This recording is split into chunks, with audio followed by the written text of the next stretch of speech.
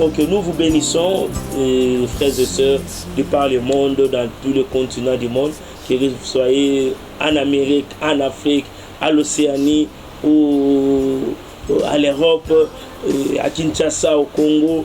Nous vous bénissons par le nom précieux de notre Seigneur Jésus-Christ. C'est notre espoir et c'est notre force surtout. Alors nous vous bénissons parce que nous sommes venus devant vous pour vous présenter ces émissions. Peut-être que vous n'êtes pas habitué à le suivre à tout moment, mais dorénavant, mettez ça dans vos programmes, s'il vous plaît, pour que vous soyez suffisamment enseignés de la part de Dieu. Parce que la Bible dit que toute écriture est inspirée de Dieu et elle est utile pour enseigner, corriger et instruire. Et je pense que nous avons passé des bons moments dans cet enseignement que l'Éternel nous a donné. Alors, je vais prier pour recommander ces moments entre les mains de Dieu. Et tu peux prier ensemble avec moi, toi qui me suis de partout. Seigneur, nous recommandons ce moment entre tes mains. Nous avons besoin de ton assistance, de ton soutien.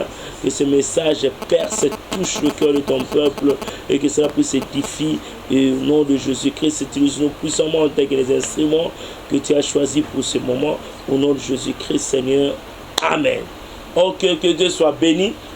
Alors, ce qui nous a motivé, les mobiles même de notre message, parce que le Seigneur nous a parlé, on était dans des moments de prière, on se posait des questions peut-être comme vous, les autres disent que le mal a atteint un niveau élevé, et c'est ce qui a fait que l'Éternel puisse frapper le monde et à travers cette maladie qu'on appelle Covid-19, cette pandémie, cette épidémie, je peux le dire, et l'Éternel a puni l'humanité. Et en tant qu'un homme de Dieu, je vous dis déjà que ce n'est pas Dieu qui a puni l'humanité. Dieu a, exercé son jugement à son retour. Dieu ne punit pas le monde maintenant, là, il va retourner pour prendre des élus, ses enfants, et après il va mettre son jugement. Alors ne confondons pas déjà ça, et que j'aimerais déjà vous dire que cette pandémie, cette épidémie, ça provient franchement de l'ennemi. Voilà pourquoi, à travers ce message et par rapport à les sites, il y a des choses que Dieu nous a parlé et il nous a aidé à élaborer ce thème. Covid-19, arme du diable pour ces temps prophétiques. En tout cas, je veux que vous me suiviez très bien et que vous mettez vraiment votre attention pendant ces quelques minutes et surtout que c'est la première partie. Je vais déjà vous mettre au parfum parce que lorsque les fondements sont déjà là, et vous allez bien comprendre la suite de cette série des enseignements. Covid-19, arme du diable pour ce temps prophétique. Et je voulais dire déjà que quand on parle de l'arme, arme déjà, c'est un instrument qui sert pour attaquer, pour faire des fois du mal. Et le diable utilise dans ces temps prophétiques une arme qui est forte, efficace pour agir et saccager l'humanité.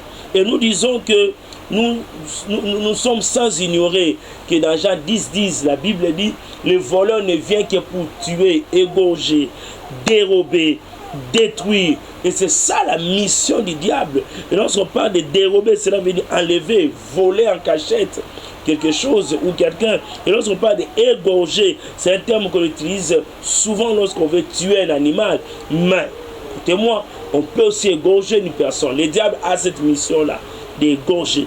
Et on parle aussi de détruire, démolir, ruiner, rendre le mal. C'est ça la mission du diable. Alors dans ces temps prophétiques, pourquoi nous parlons de temps prophétiques?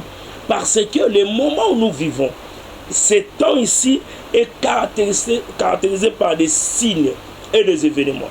Ce temps ici révèle certaines choses. Voilà pourquoi nous l'appelons un temps prophétique. Un moment qui annonce déjà la fin, qui annonce déjà les retours de notre époux, qui nous prépare pour que nous puissions les rencontrer, le Seigneur Jésus-Christ. Alors maintenant, c'est temps ici où l'Église est en train de se préparer à la rencontre de son époux, et c'est un moment aussi le diable a libéré une arme pour chercher comment à déstabiliser le monde, s'il n'est pas parlé de l'Église. Alors voilà pourquoi nous avons dit que nous devons bien comprendre ces messages. le diable a envoyé cette épidémie consciemment, et il y a eu des réunions secrètes qui se sont faites. Il y a eu des arrangements dans le monde de ténèbres, et leur vision, c'est éliminer 80% de l'humanité dans le monde. Ils disent que le monde est devenu surpeuplé. Moi, je me pose la question, est-ce lui qui est le créateur? Est-ce que c'est lui qui est l'auteur des humains? Et lorsqu'il fait le constat, il a demandé à la personne qui a créé, ou à ce Dieu qui a créé le monde, créé les humains. Là, c'est une fiasco qu'il a fait déjà en avance. Parce qu'on ne peut pas prendre de l'autorité sur quelqu'un si tu n'es pas son propriétaire. Alors nous appartenons à Dieu. Nous sommes des enfants de Dieu. Alors des réunions secrètes qu'il faut, chez les occultismes, les illuminations, cela n'a pas le pouvoir sur nous. Parce que la Bible déclare, lorsque l'ennemi fera des projets contre vous, cela ne viendra pas de moi. Alors vous allez comprendre qu'ils ont monté une maladie, une épidémie, une pandémie de toutes pièces, et ils ont des objectifs bien précis, je vous dis déjà. D'abord, vous allez comprendre dans ces messages, ils ont bien et bien des objectifs. Voilà pourquoi j'aimerais même vous rappeler, au début déjà de cette pandémie, vous allez remarquer que l'un des informaticiens les plus riches, il paraît que c'est un milliardaire, je ne sais pas, et il est participant dans des réunions secrètes là. Il a pu dévoiler leurs secrets. Il a dit cette pandémie, si l'Amérique, l'Europe est saccagée, c'est qu'en Afrique, ça sera un désastre. Il s'est trompé parce que les pensées des hommes, ce n'est pas les pensées de Dieu. En créant cela, il pensait, il comptait diminuer qu'en Afrique, ça sera une situation qu'on n'a jamais vécue. Or, que ce que l'homme propose, ce n'est pas ce que Dieu veut faire. Voilà pourquoi ils s'étonnent. Je pense qu'ils sont en train déjà de préparer notre réunion parce qu'ils ont échoué lamentablement. Leur projet, c'était d'éliminer plus de 80% de l'humanité pour atteindre leur objectif. Alors, quels sont leurs objectifs? J'entre dans le vif de ce message. Le premier objectif, le diable en envoyant Covid-19 comme étant une arme forte que l'ennemi a utilisée, c'est premièrement pour tuer, saccager, prendre des sacrifices humains. Vous savez bien que le diable ne crée rien. Il copie tout ce que l'Éternel a fait. Tout ce que Dieu a fait. Dieu aime les sacrifices. Le diable aussi aime les sacrifices. Dieu aime les sacrifices sanguins, le diable aussi aime cela. Or que nous, pour nous les chrétiens, on n'a plus besoin de sacrifices sanguins parce que déjà notre Maître, le Seigneur Jésus-Christ, il a monté sur la croix, il a cela plus de 2000 ans. Il mourut pour que nous ne soyons pas des sacrifices. Voilà pourquoi toi qui m'écoutes, même si tu es dans une lit d'hôpital, même si tu es dans une situation de désastre, la maladie te dérange, alors laisse-moi te dire que tu ne mourras pas. Toute maladie qui vient du monde des ténèbres, en tant que l'homme de Dieu, je refuse cela au nom de Jésus-Christ. Si tu es là, tu me suis, tu cries Amen, l'homme de Dieu. Et cela soit manifeste dans ta vie. Je te dis déjà que tu ne mourras pas. Je te dis déjà, même si tu es sous l'anesthésie pour qu'on ne t'ait pas fait passer dans une opération, je te dis que tu ne mourras pas. Parce que tu n'es pas un sacrifice de diable. Jésus-Christ en a fait déjà. Il a accepté la croix pour que nous ne soyons pas des sacrifices. Voilà ce qui est la bonne nouvelle pour nous. Nous, Jésus est mort pour nous, pour que nous ne soyons plus des sacrifices. Maintenant, le diable a préparé cette pandémie, cette maladie, pour amener des cas de décès, saccager, tuer. Il a besoin de sacrifices humains. Il a besoin de voir le sang. Et pendant qu'on était dans la prière, dans notre équipe de prière, on cherchait la face de Dieu. Dieu nous a révélé. Il nous a dit, regardez ce mot, c'est ce mot qui est sorti dans nos oreilles. Mal comment, mal comment, mal comment, mal comment. Mal comment, en fait, c'est quoi? Lorsqu'on a fouillé, on attendait ces mots, on a fouillé dans les archives, on a fouillé dans les livres, on a compris que mal comment, c'était l'un des sacrifices que le Dieu de Baal réclamait, parce qu'à un moment donné, on lui donnait des biens, on lui donnait les objets. À un moment donné, il réclamait les humains. Maintenant, l'Esprit de Dieu nous a amené à comprendre que dans ces temps ici que nous vivons, le diable a besoin des humains. il a besoin de sacrifices humains. Il a besoin de voir comment le sang coule, comment les gens meurent, comment les gens partent comme ça. Mais laissez-moi te dire, ce projet-là ne va pas atteindre dans ta famille. Ne va pas entrer, je te dis, ça n'entrera pas dans votre foyer. Au nom de Jésus-Christ. Mal comment cela veut dire les sacrifices qu'on donnait à un Dieu suprême, qu'on appelait Baal à l'époque. Et c'est à ce moment ici, il a besoin que les gens meurent. Voilà pourquoi, des fois, nous disons, tel est parti, tel est parti. Des fois, on se dit, c'est la volonté de Dieu. C'est Dieu qui avait donné et c'est Dieu qui a pris. Non, écoutez-moi, toi qui es véritable enfant de Dieu, ne panique pas. Tu ne peux pas être atteint de cette maladie. Si tu es touché, tu seras guéri. Parce que tu n'es pas dans la liste des sacrifices de l'ennemi. Qu'il cherche ces sacrifices.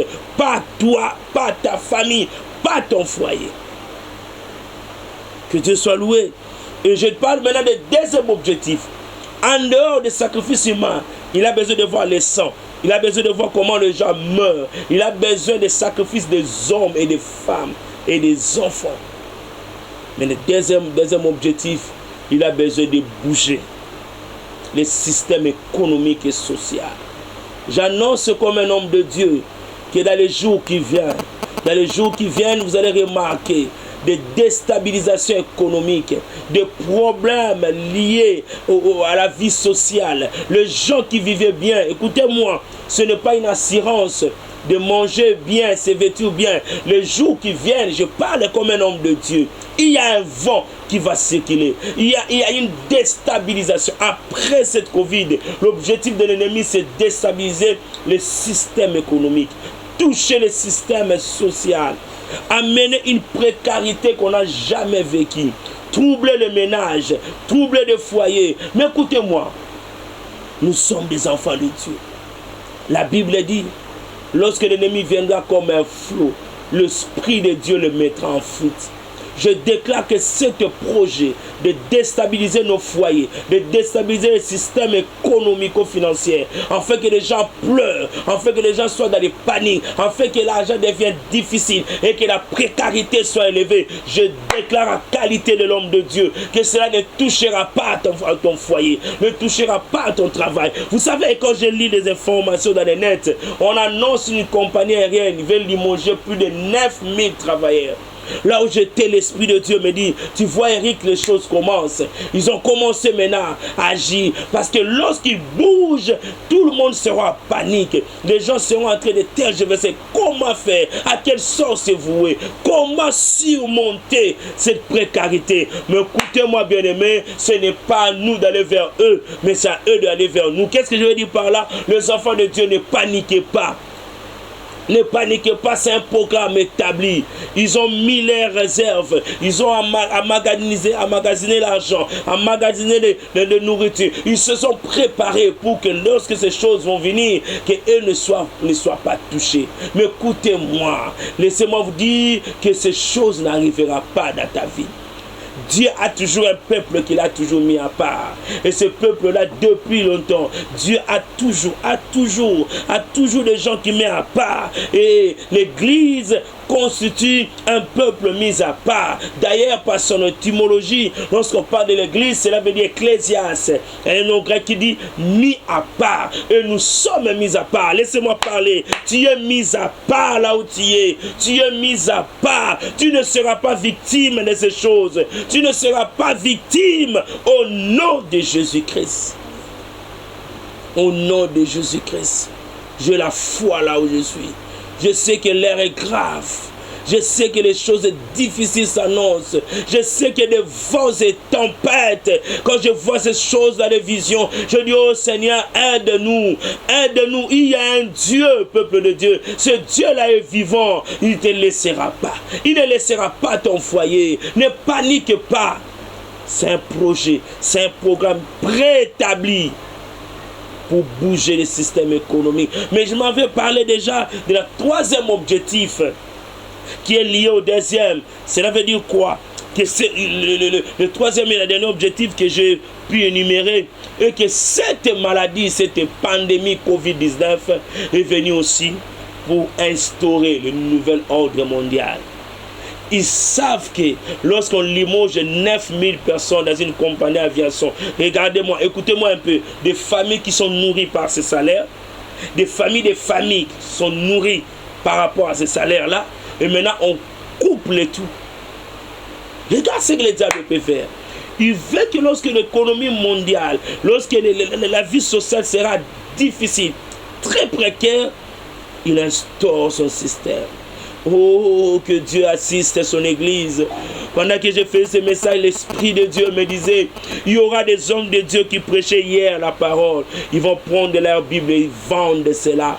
Parce qu'ils ont besoin de la stabilité financière. Ils ont besoin de la stabilité matérielle. Le temps va arriver devant nous où que pour que tu sois embauché, tu dois signer le pacte pour entrer dans ces loges, je ne sais pas quel nom, on va te proposer. Les gens vont aller vers les malins, vers les diables, eux-mêmes en âme et conscience, parce que le système sera difficile. Je prie Dieu que toi tu ne tombes pas dans ces pièges. Je prie Dieu que tu ne tombes pas et que tu sois parmi les 7000 que l'homme de Dieu et que Dieu pouvait dire à Élie, il y a encore 7000 qui n'ont pas fléchi. Je prie Dieu que tu ne fléchisses pas, que tu ne tombes pas dans ces propositions. Tu sais pourquoi il va instaurer cela pour prendre beaucoup de gens et répondre dans ces lots-là, y compris aussi des soi-disant chrétiens avec guillemets, de prendre aussi des infiltrés qui se sont donnés dans l'évangile, qui sont entrés dans l'évangile par des raisons mercantilistes. Tu sais pourquoi? Parce que le diable va attaquer la grande moisson que Jésus va venir prendre. Il ne veut pas que Christ retourne pour prendre une grande moisson. Il veut déstabiliser. Écoutez-moi, s'il déstabilise, il y aura des gens qui vont prêcher Jésus pour que la grande moisson soit réellement. Parce que ce n'est pas pour rien que Jésus-Christ est monté sur la croix. Il est monté sur la croix pour qu'à son retour, qu'il vienne prendre une église. Alors voilà pourquoi, bien-aimé, ne cède pas, n'abandonne pas la foi, peu importe les réalités. Ce n'est pas le temps de s'emporter par les vents et tempêtes. Maintenant, dans toutes ces choses, qu'est-ce que l'Église doit faire? On a compris que le Covid-19, c'est une arme que l'ennemi a utilisée dans ces temps ici prophétiques. Et on a compris les objectifs qu'il a. Maintenant, qu'est-ce que l'Église doit faire? Est-ce que c'est le moment où nous devons courir derrière des choses qui ne produisent rien du tout? Est-ce que c'est le moment où l'Église doit trouver, s'il trouve qu'on a mis une image dans les YouTube où on est géré un pasteur, il te la charge vite? C'est le temps que tu passes 1 heure du temps dans un téléphone, en train de tchatcher, en train de toucher, et tu ne peux pas même prendre 1 heure du temps pour la prière. Est-ce que c'est le temps que l'Église doit se tirailler entre eux, se donner des coups? Parce que j'aime ce qu'un aîné a dit. Il a dit ceci. Il a dit que l'Église de Jésus-Christ, c'est l'unique armée où les soldats s'entretuent. Nous sommes au fond pour attaquer, mais à un moment donné, je tourne mon arme, je tue mon frère, je tue ma soeur. Vous pensez que ces choses-là profitent à qui? Lorsqu'on démontre un homme de Dieu qui a fait des bêtises, ça profite à qui? Laissez-moi vous dire, ça profite au diable. Lorsque tu prends, tu télécharges quelque chose qui nuit à la réputation de notre foi en Jésus-Christ, vous pensez que cela profite à qui? Et vous pensez de cette manière-là que vous êtes en train d'évangéliser? Non, nous sommes en train de détruire ce que Jésus a fait.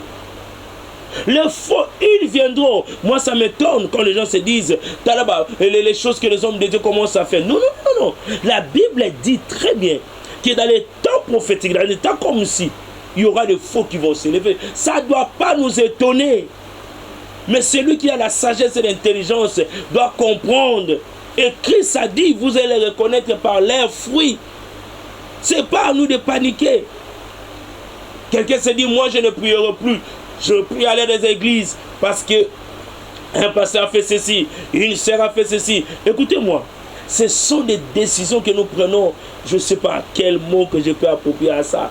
Mais du moins, laissez-moi te dire, je ne peux pas avant de sacrifier ma foi parce qu'il y a quelqu'un qui a succombé, parce qu'il y a quelqu'un qui a fait du mal. Ce n'est pas ce temps-là. Nous ne sommes pas à ce temps-là. Nous sommes au temps où l'Église doit s'élever. L'Église, c'est l'espoir de Jésus dans ce temps ici.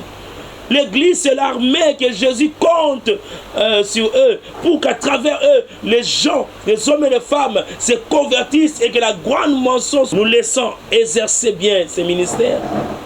Non, ma soeur, nous sommes au temps où nous devons s'élever. L'ère est grave. Nous avons besoin d'une église qui rayonne. Nous avons besoin de chrétiens qui peuvent influencer. Nous avons besoin d'avoir des hommes d'affaires chrétiens. Nous avons besoin de voir des gens qui travaillent, mais ils sont des chrétiens. Parce que ce temps ici, c'est le moment de la concurrence. Écoutez-moi, c'est un moment où il y a des épreuves de force. Tout ce qu'ils ont fait, j'ai bien dit ici, ils le font à dessein. Ils savent bien ce qu'ils font. Mais nous, l'Église, on doit aussi chercher à s'élever. Écoute ce que Dieu m'a dit. Il m'a dit, pendant ce temps ici, cette maladie est venue pour déstabiliser l'économie, toucher, commencer déjà à instaurer la nouvelle ordre mondiale. Et premièrement aussi, tuer, prendre les sacrifices humains. Mais l'Église doit élever sa spiritualité. Ce n'est plus le temps d'être des bébés spirituels. C'est le temps où nous devons avoir des protocoles. Un protocole qui est élevé, qui a élevé sa spiritualité. C'est le moment où on doit avoir un caméraman qui filme les choses de Dieu, mais ce caméraman-là, il a élevé sa spiritualité. C'est le moment d'avoir quelqu'un qui nettoie les églises, qui fait, je ne sais pas comment on appelle ça, mais cette personne-là, il est ou elle est dans les choses de Dieu. Et la spiritualité est élevée. Sinon, je vous dis, on va succomber. Pendant que nous sommes dans des distractions, et font des réunions, et multiplient des réunions, l'air est grave, ma soeur, mon frère. L'air est grave. Mais écoutez-moi bien. Dieu m'a dit, l'Église doit élever la spiritualité. Regarde un peu bien. Quelle est la taille de ta spiritualité? Je vais entrer en détail avec beaucoup de précision dans notre deuxième partie que vous allez suivre incessamment dans les jours qui viennent. Vous allez suivre ça. Comment je vais parler? Comment on peut élever la spiritualité? Élève ta spiritualité. Nous ne sommes plus au temps où un sorcier peut venir danser dans ta maison, il part, que toi tu ne le vois pas. Nous ne sommes plus dans ce temps-là où l'occultisme doit battre son plein comme si le monde leur appartient. Non! Pendant que l'Église existe sur cette terre, le diable doit se sentir mal à l'aise. Il doit sentir que ses œuvres sont étouffées. Parce que la Bible dit ceci, le mystère de l'iniquité agit déjà. Mais il agit avec des limites parce qu'il y a quelque chose qui les retient. Et la chose, c'est l'Église. Voilà comment nous, on peut se sous-estimer. Nous sommes la chose, la plateforme qui empêche que l'iniquité atteigne un niveau. Ce mystère-là travaille, mais ça ne va pas prendre tout le monde. Ça ne va pas faire tomber tout le monde parce qu'il y a la présence de l'Église. Mais quelle Église? Quelle Église? Je viens de faire une vision que l'Éternel vient de me montrer. J'étais en train de prier pendant que je dormais. Je vis une grande vision qui m'a fait trembler. On m'a montré une église, l'image d'une église. Il me dit, pasteur, regarde. Je vois, il y avait des fidèles. Mais tous les fidèles étaient nus, sans habits. Et leurs habits étaient par terre. Curieusement, leurs habits étaient très sales. Et maintenant, Dieu me dit, regardez, Eric, dis à ces gens-là de porter, de nettoyer leurs habits et de porter. Je pleurais. J'ai compris que l'église de ce temps de la fin, nous sommes distraits. Et quand on manque les habits, c'est déjà quoi? C'est le signe qu'on n'a pas la protection. Une signe de l'humiliation. Voilà pourquoi l'église est humiliée aujourd'hui. Et les habits par terre des habits sales, c'est l'image du péché. Peuple de Dieu, cessons de diminuer la force de l'église. Élevons notre spiritualité. Élevons notre spiritualité, je t'en conjure. Élevons notre dimension spirituelle. Jusqu'à quand nous serons des bébés spirituels? Jusqu'à quand? L'apôtre Paul dit, pendant ce moment où l'autre dit que je suis d'Apollos, celui-là dit je suis de Paul. Il dit parce que vous êtes des immatures. Élevons notre spiritualité. Peuple de Dieu, cherche à grandir dans les choses de Dieu. Ne sois pas un chrétien samedi à l'église. Dimanche, tu es dans la boîte de samedi dans la boîte de nuit. Dimanche, tu viens à l'église. Tu te trompes de qui? Tu trompes qui? Qu'est-ce que je voulais dire? Tu es samedi dans les choses qui n'honorent pas Dieu. Dimanche, avec une grosse Bible, on danse dans l'église. Nous nous trompons de qui? On se manque de qui? Dieu m'a dit, regarde l'église. Et ça, c'est l'église que je dois venir prendre. Ça, c'est bafouer l'œuvre que je fais sur la croix. Écoutez-moi, nous devons élever. C'est le temps de prendre ta spiritualité dans les séries. C'est le temps d'investir dans ta spiritualité. Vous savez, quand j'ai vu des cas de décès en Italie, en France, partout ailleurs, je vis comment les gens pleuraient, comment les médecins tremblotaient. Les gens se disaient, nous sommes au bout. J'ai suivi une vidéo, les mêmes médecins disaient, je suis au bout de ma force. À cette étape, nous ne savons plus quoi faire. Oui, il arrive que la personne, quelqu'un puisse se dire, il est au bout. Et maintenant là, est-ce que toutes ces choses-là ne nous disent rien? Le combat a pris notre dimension. Le diable utilise d'autres armes plus efficaces qu'avant. Il tuait, il avait des épidémies, mais cette fois-ci, il a visé 80% de l'humanité dans le monde. Non, non, non, non, non, non, non, non, non. 80%. C'était ça dans ses prévisions. Quand il faisait des prévisions, il se disait, je vais atteindre les 80%. Mais heureusement, il y a un Dieu. Si tu vis, c'est parce qu'il y a un Dieu. Si tu n'as pas succombé, parce qu'il y a un Dieu.